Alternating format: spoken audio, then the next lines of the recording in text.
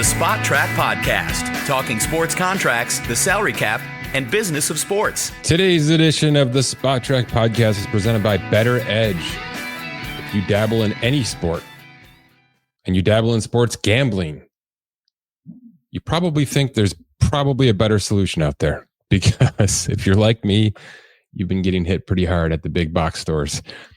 You need a brand you can trust. That's what Bettor Edge is. A great partner of ours now for the last couple of months through many of the ebbs and flows that come with the sports season. And we're live and well in March Madness. For those of you who signed up for that contest, thank you. Come back because we got plenty more to get to. Probably some more NASCAR. I had fun with that. That's a good random weekend bet with Brandon Kravitz.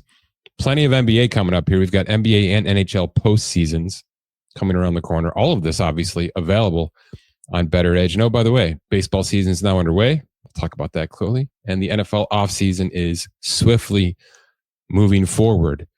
Create your own bet with the social betting marketplace that is Bettor Edge. It's now in over 45 states. It's reliable, safe. Your payouts are lightning quick. All the things you need. And oh, by the way, you create the bets, you create the prices, and there's no vig, no juice. Use code SPOTTRACK at startup. Grab yourself $20 on the house. That's bettoredge.com. My name is Mike Ginnitti. It is Monday, March 31st. As I mentioned, the baseball season is officially underway now for 4 days. And we've got some overreactions to that, by the way. But this is a big NFL show. And it's a big NFL contract nerd show.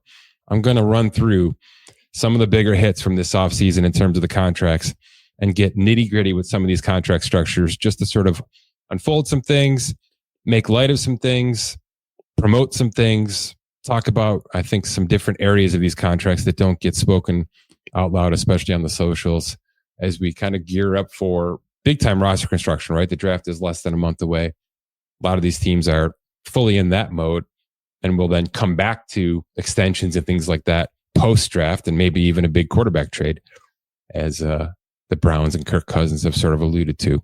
So it's going to be a big NFL show in terms of numbers. We'll have plenty to discuss down the road with Brandon as we kind of go around the sports world Thursday. But let's buckle up here quickly with some baseball stuff. Our opening day payrolls have been officially locked in, despite the fact that we're still trying to figure out some of these pre-arb numbers. We'll get there. But that's a couple thousand up or down, left or right. So just off the top here, and we made mention of this last week, you know, the Dodgers are a $400 million payroll right now without trying too hard. Again, we're speaking to the tax side of things, not so much the cash. That means a $150 million tax bill. That means a $550 million roster for 2025 right now. And oh, by the way, they're 5-0. So, you know, all things concluded, this is exactly the team we expected, and they are paying for it. At the bottom of this list, the Miami Marlins, neck and neck with Chicago, the White Sox, for the lowest payroll in baseball. We're talking 86-87 million. So we're talking a difference overall, legitimately, of about $310 million between the Dodgers at the top and the White Sox and Marlins at the bottom. Marlins are 3-1, by the way. So you want an overreaction. I know there's a lot of Mets fans seeing the 1-2 next to them, and certainly the Braves fans seeing the 0-4 next to them, looking around the room saying, what the heck? But you know, let's give it more than one weekend, although that's not what we do in sports. But the $86 million Marlins enter Monday 3-1, breaking a lot of hearts here to start opening weekend. The Mets are second. The Yankees are third. The Phillies are fourth, and the Blue Jays are fifth. All the usual suspects. What about teams that are sort of sneaky, financially speaking, either positive or negative for this upcoming season, at least out of the gate? Well, the Angels are 12th with about $214 allocated. And if I can tell you this, that's with having shed about 20. All right. They made some non-tenders, some tradeaways, replaced a lot of some, fat with prospects. Some would say too early, but that's sort of been their bugaboo. So they have gotten themselves into a fairly stable situation financially, right? $26.5 million of tax space under that first threshold. 2-1, had a nice weekend. The Anthony Rendon stuff isn't going away. I'd expect them to buy out that contract at some point in time here. But there's some hope. Let's just say they cleaned up some things. Think about it like from an NFL standpoint, like a bit of a cap purge. And we've seen cap purges and winning happen at the same time. I'm not sure I'd project that or predict that for this roster, but they have done well to get themselves back into a comfortable state. Arizona, I think, is the exact opposite conversation. Right around that 218 mark, $22 million to work with, maybe a trade to go around here or there. But I think their big trade chip, Jordan Montgomery, now headed for Tommy John literally today, is now certainly off the table. So where I thought they had some wiggle room, that wiggle room now exists from a prospect standpoint. And if they're going to make a big move, it may be sending an A or a B prospect for a haul in June or July that can really turn this team into a legit wildcard contender, maybe even a division contender if the Dodgers come back down to earth a little bit here. However, San Diego's 4-0. The Dodgers are 5-0. This division is just going to be relentless, and the Giants are 2-1 coming off a nice win last night. So that's a division to watch. I can tell you right now, this AL Central division that we talked about last week a little bit, right? Kansas City, Minnesota, Cleveland for sure, and maybe even Detroit, despite the 0-3 start, are all going to be within striking range of each other most of this season. Now, I'm going to put the White Sox out of this conversation because they're not built to win at all. I mean, they have shed all but maybe one or two notable pieces off of this roster purposefully. So they're doing what they're expected to do. But 4 teams that can legitimately win that division, I'd put the NL Central in a similar conversation. They're all sort of flawed teams that are going to come together at some point in time. And maybe the Cubs run away with this thing. I don't think so. But there's all enough red flags around the room to consider this a good run for at least 4 months. And obviously the AL East is going to be in that same boat, right? Boston stumbled out of the gate. Rafael Devers is just not taking well to the designated hitter role. Let's put it that way. But it's early. Yankees had a great weekend. I'm not going to talk torpedo bats on this podcast, but I'm super interested to see where it takes us. I thought this in my head the second the conversation came up and I was watching that 20-6 bludgeoning that they went through this weekend. The last time I remember a sports conversation getting to this effect where it was impacting the sport so much immediately. And I'm not even here to say that these bats are the reason the Yankees are jacking the balls out like this, but it's got to have some impact on it, right? And the last time I can remember this being the case was the curvature of hockey sticks and how guys were taking such advantage of that scientific achievement, right? Which is what this is. This is science. This is somebody in the industry and an MIT professor coming together and saying, hey, if we just move the weight distribution down a little bit where way more percentage balls are hit, maybe those balls will become long fly balls and short home runs. And they are. And we'll see what kind of data we get over the next couple of months, assuming it's allowed. And I can't imagine that baseball steps in at any point in time this season to do something about it, but wouldn't be unprecedented. But that's what it made me think of, the curvature of hockey sticks, which eventually did get some sort of prohibit, right? There's an actual curvature model that you have to now align with. And sticks are tested mid-game and you can challenge things like that and all sorts of things. I guess to some degree we could get there. Look, there's regulations at the youth level with bats, quite heavy, to the point of where teams are banned from tournaments and kicked out of tournaments all the time. So it's not unprecedented. And obviously we've seen cork situations and some sizing structure situations at the major league level, but it's new, it's legal, it's just science. Okay. It's just a production / analytics momentum swing right now. We'll see if it has legs to actually take it to a level that baseball's got to step in. It's funny because we're talking tush push which is actually gaining some momentum at these owner meetings. And what do we do with that? This phenomenon, which is not really a phenomenon. I do think there might be some slight adjustment to that. And now we're talking torpedo bats, which I told you I wasn't going to talk about, and I've spent 3 months on it. And that's just physics itself, right? The tush push is just physics, all right? If your quarterback's strong enough in his lower half and you can leverage your offensive line appropriately and time the thing perfectly, it's almost an unstoppable play.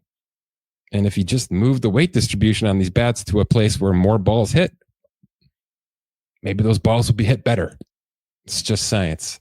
So who says science isn't real? Sports says otherwise. We'll see.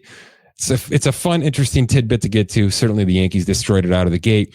We'll see if it has legs to carry for, I don't know, months and months to come. But I'm gonna guess, like all of these baseball conversations this weekend, everything's gonna come back down to earth just a little bit. So anybody projecting Aaron Judge at 103 home runs right now, enjoy the engagement on socials. I'll see you when he hits 40. Let's talk some NFL contracts, starting with Josh Allen, of course. I'm doing a piece right now that sort of highlights my favorite takeaway for every single team from this offseason. Certainly contract-driven, roster construction-driven, and I'm doing this before the draft on purpose. I want this to focus on free agency, early extensions, all those sorts of things, franchise tags, if that's the day. But, sort of the early financial storyline that every team has told us out loud, the headline. And with Buffalo, it's been the extension, right? We've got 6 total extensions, 5 notable ones. And maybe the one that doesn't get done is going to become the biggest storyline of this team, which is running back James Cook, who came out early, staking his claim for $15 million a year. And then furthering that, once Saquon Barkley got his pot sweetener from the Eagles. And, oh, by the way, I think the big takeaway from the owners' weekend thus far is Brandon Beane standing in front of a microphone saying, yeah, we had a conversation and then we stopped having that conversation and we're no longer going to have that conversation.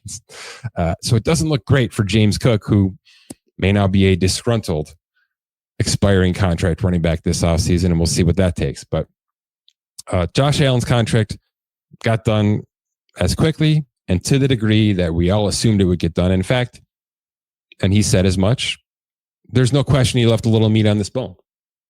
But to quote him and paraphrase him slightly, what's an extra $5 million when you're making $55 a year? You know what I mean? His life's not going to change. No, that's crazy, because an extra $5 million for anybody, even the richest of the rich, is a heck of a lot of money. But when we're talking about a hard cap structure, when you're talking about being able to move things around, and when you're talking about this being a renegotiation, not an extension to some degree, you are trying to squeeze much more money into a smaller base. So you can appreciate this as a true slight pay cut. This is not we're going to call it a pay cut, even though it's been stretched out over 10 years. And at the last 4 years are totally fake. And it's just, the conversation, how this works. All right. It's a true renegotiation. 6 years, $330 million, which gets you a flat $55 a year. $147 fully guaranteed at signing, sitting in an escrow account somewhere. $250 though is the likely practical guarantee of this thing. That's the number.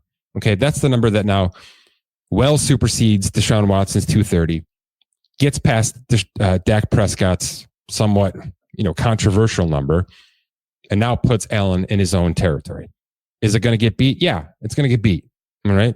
Whether that's CJ Stroud after this coming season, if he has a bit of a bounce back, Jaden Daniels in 2 years. If Patrick Mahomes does this similar renegotiation, I think probably in 2 off seasons based on how his latest restructure was done. I don't think Brock Purdy is going to get $250 million practically guaranteed, but crazier things have happened. And the list keeps growing because this position is as powerful as it's ever been. So the 250 is the number to hang your hat on. The cash flow is extremely aggressive, as we've talked about in the past. It's a $220 million 4-year payout over the next 4 seasons.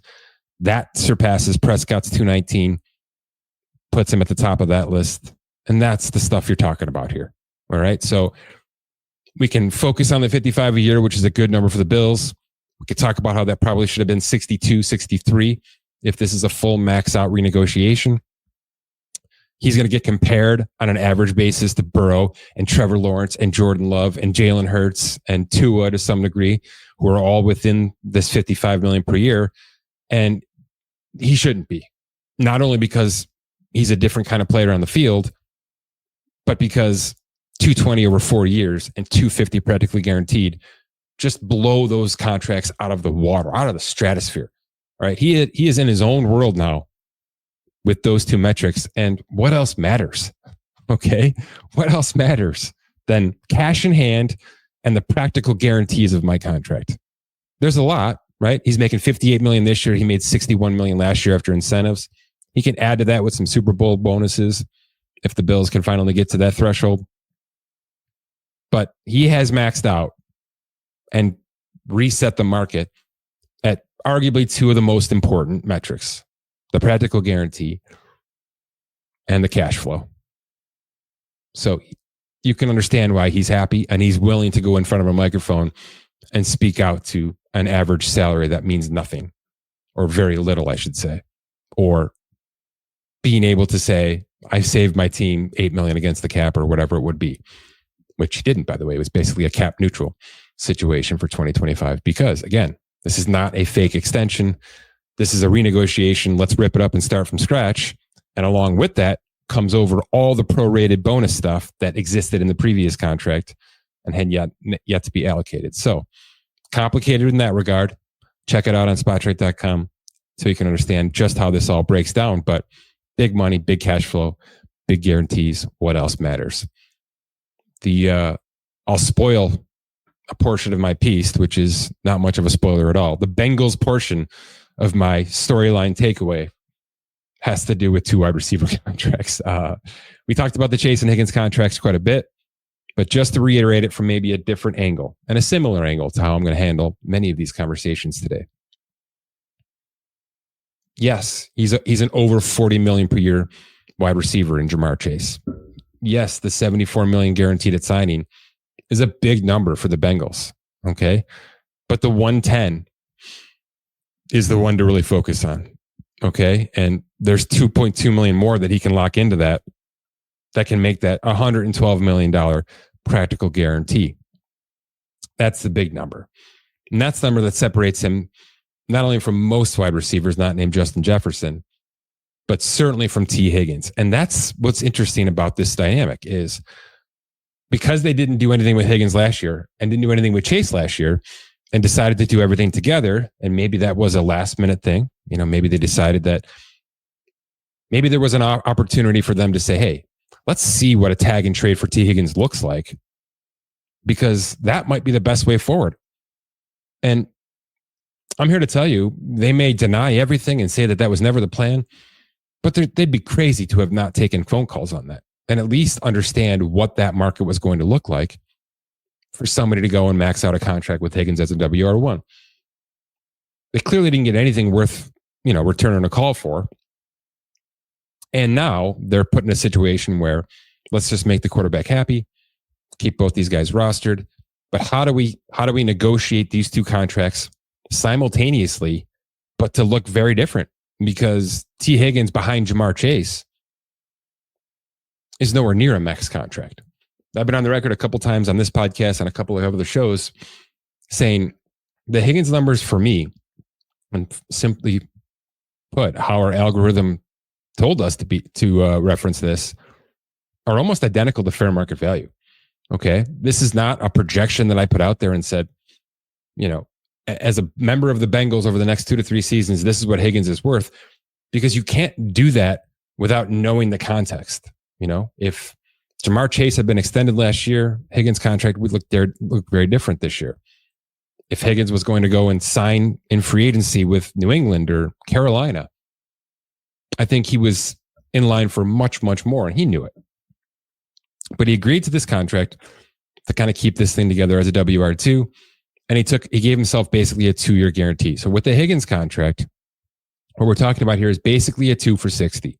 He can get to 60 with some incentives that probably aren't at all achievable, but just under 60 million for the next 2 years, which, staying on the tag, adding the third tag, which was never going to happen because it's the quarterback number, but just the financials of a tag this year, a third tag next year, is around that 60 million mark, right? Maybe a little bit more even. So it's essentially what he's done, is locked in a 2-year full guarantee for the opportunity then to kind of dictate his future going forward. There's not going to be a third tag after 2026 slapped on T. Higgins. This is not going to happen. He's also not going to be an old dog. He'll have just finished a 27-year-old 2026 season and then have the ability to at least put his foot down with where things are going. Now, the problem is this. Cincinnati's been, this organization, this franchise, this front office has been very adamant about their players honoring their contracts in full. So when T. Higgins gets to 2027, March 2027, and he has a $5 million roster bonus due, a couple days into that league year, but he's demanding a trade because he's staring down the fact that he's got 2 years, $56 million remaining, with a cap of what, 320 at that point in time. And he's a $28 million per year player, which is basically the average of this contract. Cincinnati's just going to turn around and say no. They're just going to say no. Now, maybe that's completely wrong. Okay. Maybe he has fallen off a cliff. Who knows about the injury situation? That's certainly a part of his history. But by signing the 4-year deal and not going year to year like a Cousins has done, it's some of these other players in their past, Dak Prescott for sure, you're risking the opportunity for the team to have control over you after 2026 when your guarantees fall off. It's not the worst risk because, oh darn, you got to go and make $26 million in 2027 to play out the third year of your contract with Cincinnati. And Ja'Marr Chase will be in year 3 of his guarantees in a much better financial situation. It's just fascinating that they had to pit these contracts against each other this time around, this March. And once the Higgins guarantees fall off, it's just logic to assume that they're going to be back in this conversation again. And they're going to have the upper hand because they're going to have maybe still the best WR2 in football with 2 years, $56 million in change, and very little guaranteed, at least in terms of upfront. So he took a little bit less than he would have made in the open market. The tag locked him into basically not having control over that. And now he's going to get himself in a situation where if he goes and plays great football as the 1B wide receiver on this roster, as he's been for a few years now, he's going to have to make a huge stink after 2026 to at least attempt to get another contract, which they won't do, or to get himself out of Cincinnati, where he can then turn much of his non-guaranteed remaining into a brand new contract elsewhere and sort of start his career over for a new organization. So long way to go around and say the contract structure for Chase says I'm here for 3 to 4 years.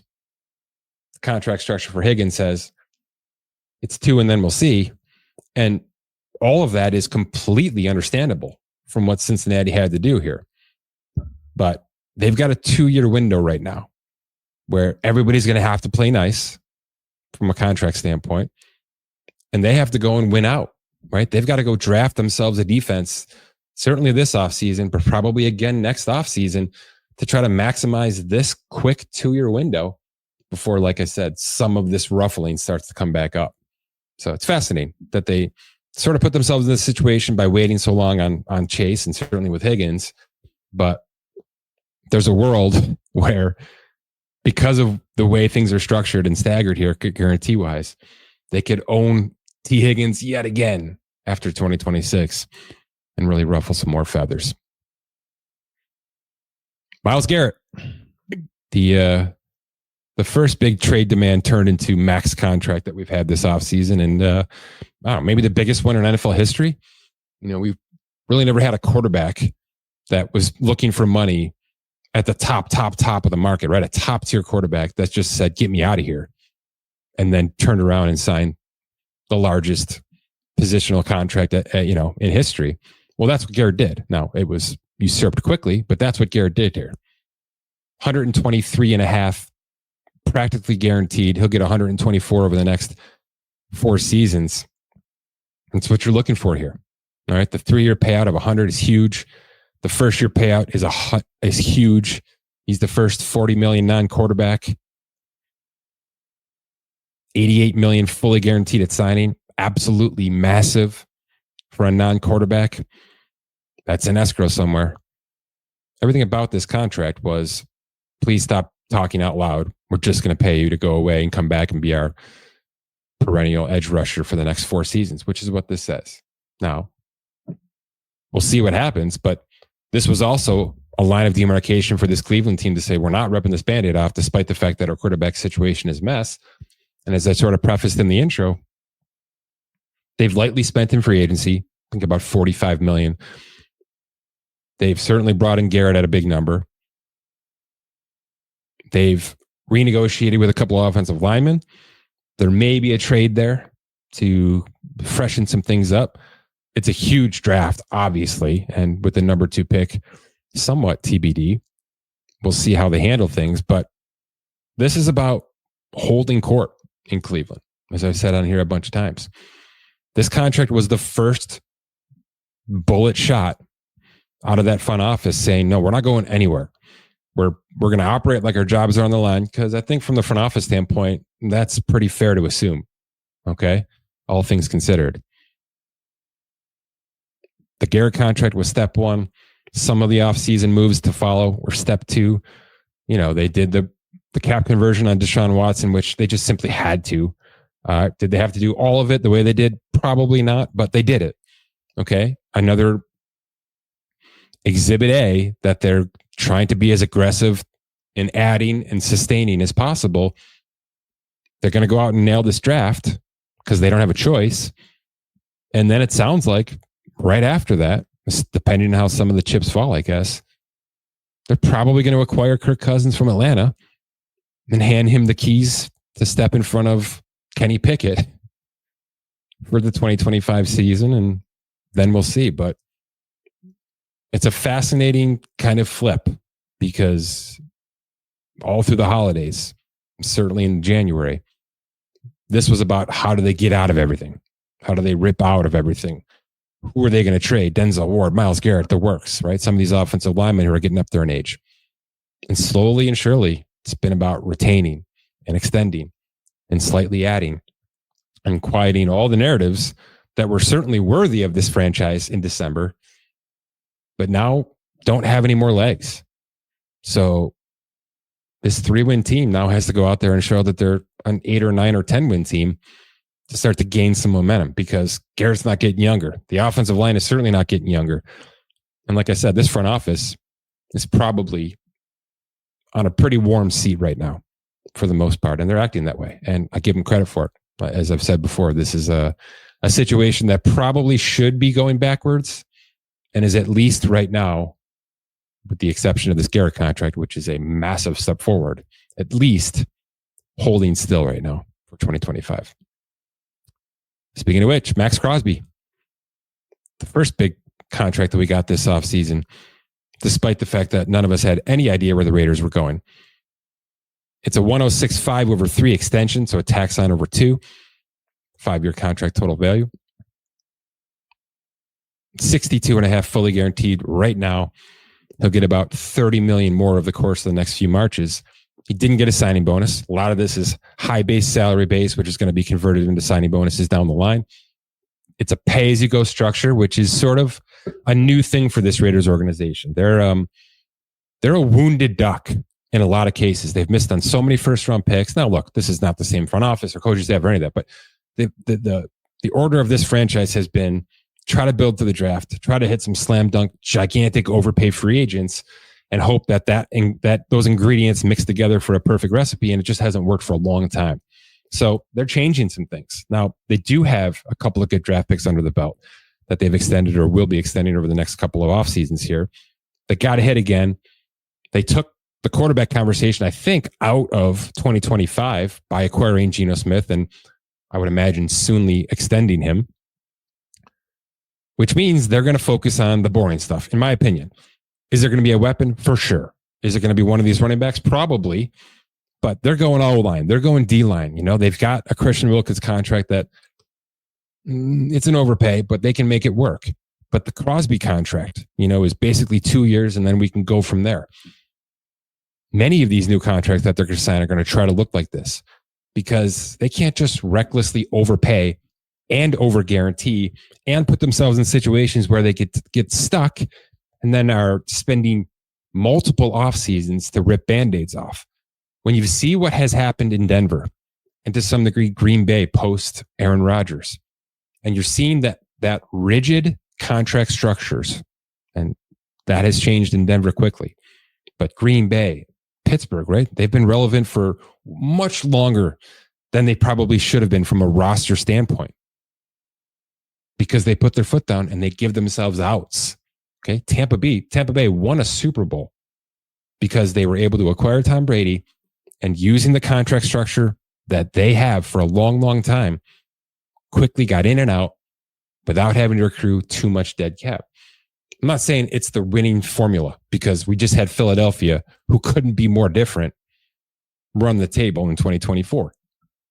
But if the Raiders are looking to fix themselves quickly, they have to compromise on one element. And it looks like the element that they're compromising in is structure.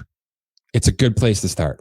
Let's be a little bit smarter about how we structure these contracts so that we're not just overpaying, but we're overpaying when we decide that somebody is worthy of keeping on this roster. And if they're not worthy, we're going to give ourselves a chance to get the hell out of this thing.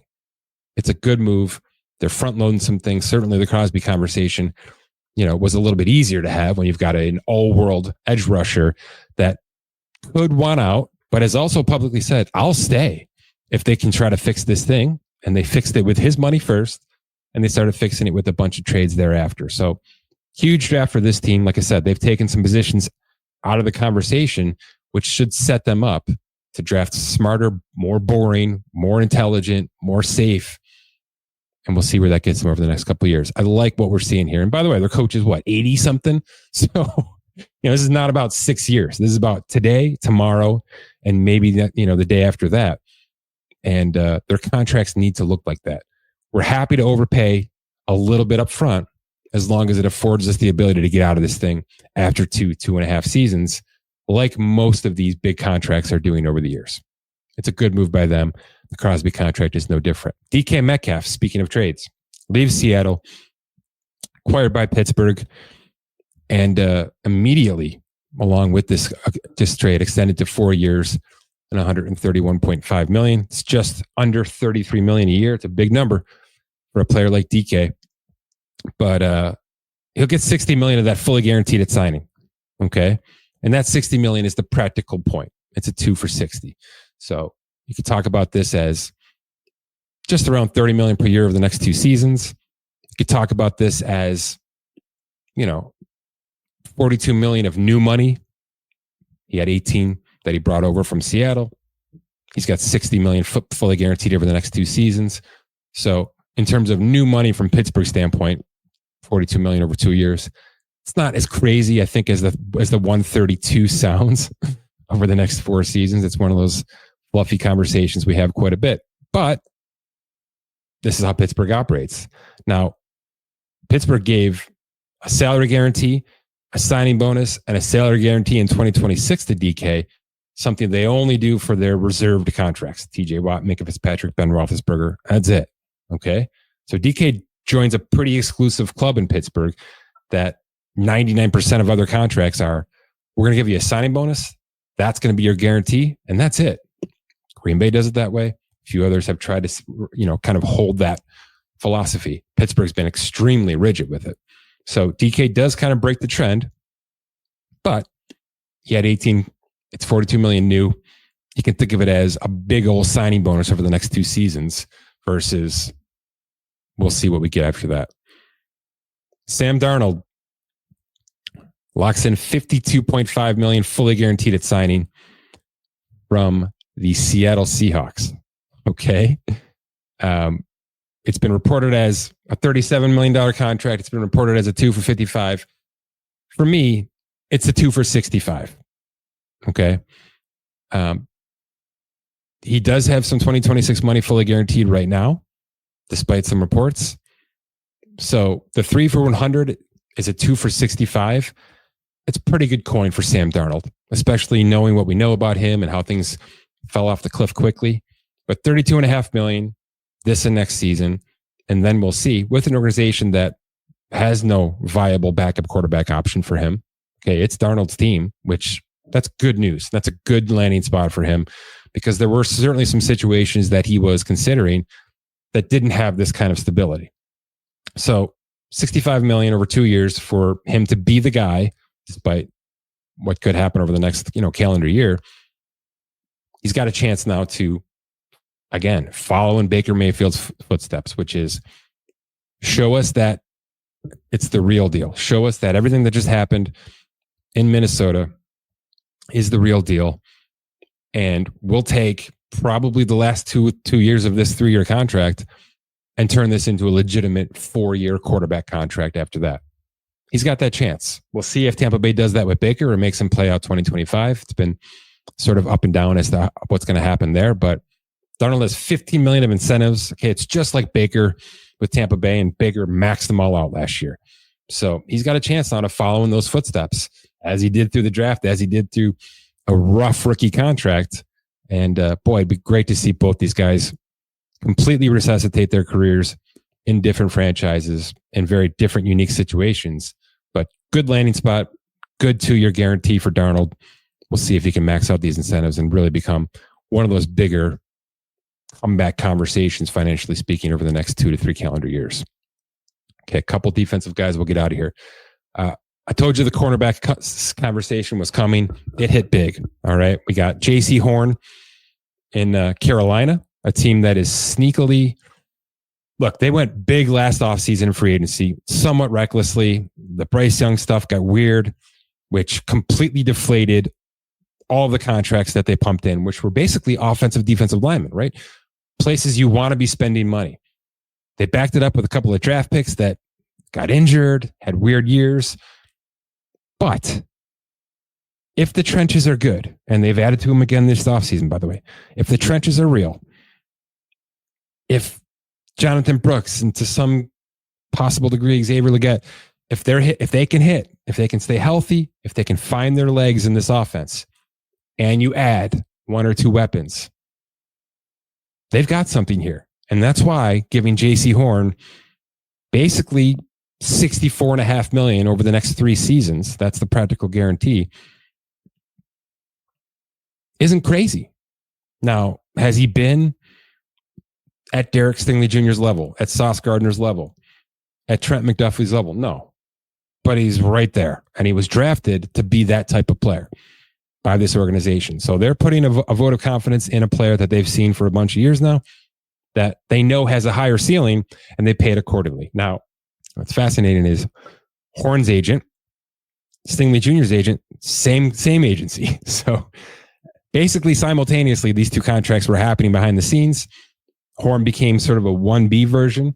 He was he was basically the top average salary, practical guarantee, etc., for a minute and a half, and then Stingley's contract was announced and completely usurped that. But that's a fascinating dichotomy with how this worked, which was they were sort of pitting themselves against each other, and the same agent certainly did well in both regards. But again, it's a 4 for 100 extension that he was extended out of his 5th-year option. $70 million practically guaranteed. It's more like 64 if they need to get out of this thing after 2.5 years. Really nice top numbers for a guy, like I said, that hasn't hit his ceiling, but certainly if some things turn around quickly in Carolina, and there's some smart money pointing in that direction, kind of assuming Bryce Young can take that next 3rd-year jump, we shall see. But again, usurped immediately by Derek Stingley Jr. in Houston, a contract that you knew was coming. It's a 3 for 90 extension. He had a 4th-year rookie contract and the 5th-year option left. So this is a big 5-year contract with $90 million practically guaranteed, 48 today. Realistically, right, we're talking probably about 4 years, $70 million. There's a lot of backload cash in this. And you can understand it. You're not looking, if you're Houston, to lose much value early on in this contract. You've got him under the 4th year. You've got him as a 5th-year option. You already did your homework. You already did your job.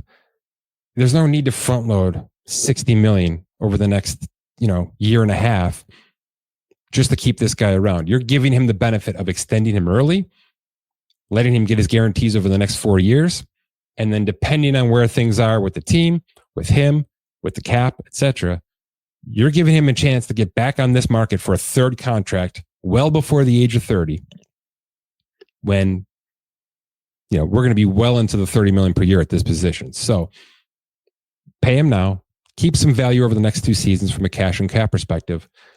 Let him bank out that 2 years after that, and then we can all talk about a new contract after 2028. It's just how this stuff should work with star players. Okay? That's exactly how this should go with almost every non-quarterback position. If you love the player, if you love your next couple of years in terms of your contention window, get it done as quickly as humanly possible, right? It's why I expect Baltimore to announce at some point in time over the next couple of weeks here some sort of historic safety contract for Kyle Hamilton, who is that version of this, right? Entering year 4 of his rookie contract, just became extension eligible. The team loves everything about themselves, but Baltimore's not great at this, okay? Baltimore has showed they're willing to wait to the last minute, try to squeeze out whatever injury leverage or whatever happens, right? Through year 4, through year 5, maybe even through a franchise tag, certainly like they did with Lamar Jackson there. They've gotten better at it in certain instances. To me, the Kyle Hamilton conversation is such a slam dunk. I don't even know why you wait a day.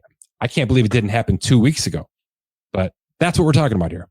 Stingley Jr. gets max money, max guarantees, but he's going to have to wait for year 3 and 4 in terms of how this cash flow is breaking out, because Houston wants some value today and tomorrow, especially knowing CJ Stroud's going to hit this time next year. The Patriots, I would be remiss. I like their moves. Okay. I'm going to start with that. I like their moves. The Milton Williams contract is big, but it's not as big as reported, as you might imagine. It's a 2-year guarantee. It's a $51 million guarantee over those 2 years, 55 if he hits his per game bonuses. And that's sort of what I want to talk about here quickly. I told you I was going to get in the weeds with some really nerdy stuff today, and I'll finish on maybe the nerdiest part. We, every offseason, there's something that we end up, it's sort of the light bulb that pops up, right? Something's happening here that I should probably be tracking, and I just want to keep my finger on it and see where it gets to. Well, the contracts that have been signed across the league, but most notably with the Patriots, are starting to add up gigantic per game active bonuses, to the point of where, we're headed towards some situations that are going to be, upwards of 250 to 500,000 per game. All right. Insane numbers. And it sounds great, right? All you have to do is be active. But what happens when you're not active, right? You lose a significant amount of money for an ankle injury or for an illness or for something that takes you off this active roster. Now, there's different versions of these. Okay. Many of this is you can be active, but DNP, right? So you can be off of the active 55 roster, but you're still on the 90 roster. You're going to make that bonus. But, some of these stricter ones, if you're not active on game day, you lose that bonus. And it's a cap adjustment at the end of the year for the team, so it works in their favor there. We're also seeing a lot of these per game bonuses be built into the guarantees. And that sounds great. So it's just like a accounting mechanism, right? No. The way the guarantees work on these per game bonuses is you have to earn the bonus. And if you don't earn the bonus, you don't get the cash. So it doesn't take away the per game situation just because it's been guaranteed. Even if it's converted to a signing bonus, it can be credited and taken away from you at the end of the year. It's got to be earned. And that's as clear as day inside these contracts, inside the legalese.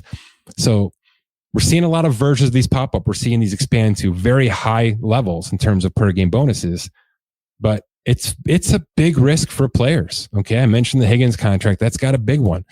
All right. And some of these older players that are trying to lock in final contracts are having to deal with this. T. Higgins is $2 million of per game active bonuses. That's $118,000 per game that he stands to lose if he misses for injury or for other reason. So we're seeing some monsters. I'm drawing a blank on the one that just hit the books, but we have a $3.4 million per game bonus on the books right now. I will try to do a bigger piece on this and get out a full list of the top getters this offseason. But by far, this has been the biggest takeaway trend for the structure nerds like me, is that these are being utilized to a bigger degree than they ever have been. More teams are starting to use them that never have. There's been some Giants, Bills, Patriots, to name a few. I think the Rams that always do this. The 49ers always do this. But they're ramping up. More teams are using them, and they're becoming more and more expensive, and right, more to be taken away by missing at the end of the day. So it's a good way to amplify cash flow. Okay, so they can say, yeah, T. Higgins has an extra $2 million built into each year of his contract, especially early on. However, he's got to earn it.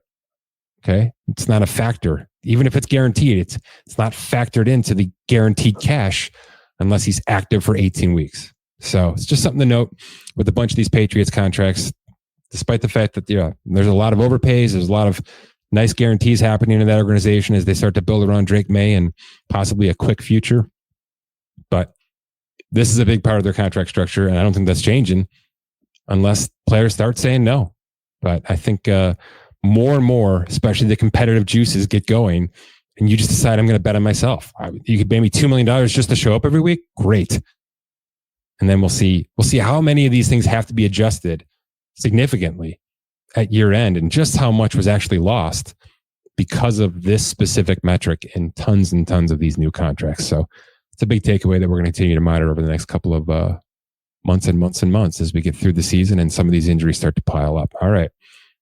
Plenty of baseball stuff still to come. We've got some, by the way, it's also pre-arbitration extension season. We've had 2 hit this past week, and it sounds like a big one in Boston is ramping up here. So we'll have Dan Silman on soon to break down some of these and see how the arbitration structure and the numbers all kind of align. But, it's a similar conversation to what we just did with Derek Stingley and Jaycee Horn and where we're headed with Kyle Hamilton and maybe a few others. You've got to buy out the rookie stuff. Then you got to buy out some of the free agent open market stuff. And all of that collectively becomes a number. And that's what happens with early extensions in all these sports, because it's just how you game the system a little bit. And it's the benefit you get from extending players early, certainly in the Major League Baseball world, where it's a wide open, wild west of $760,000 at the bottom and I guess $70 million at the top if we're including the full value of Shohei Ohtani's contract with the Dodgers. For Scott Allen, my name is Mike Ginnitti. Thanks for listening to this edition of the Spot Track Podcast.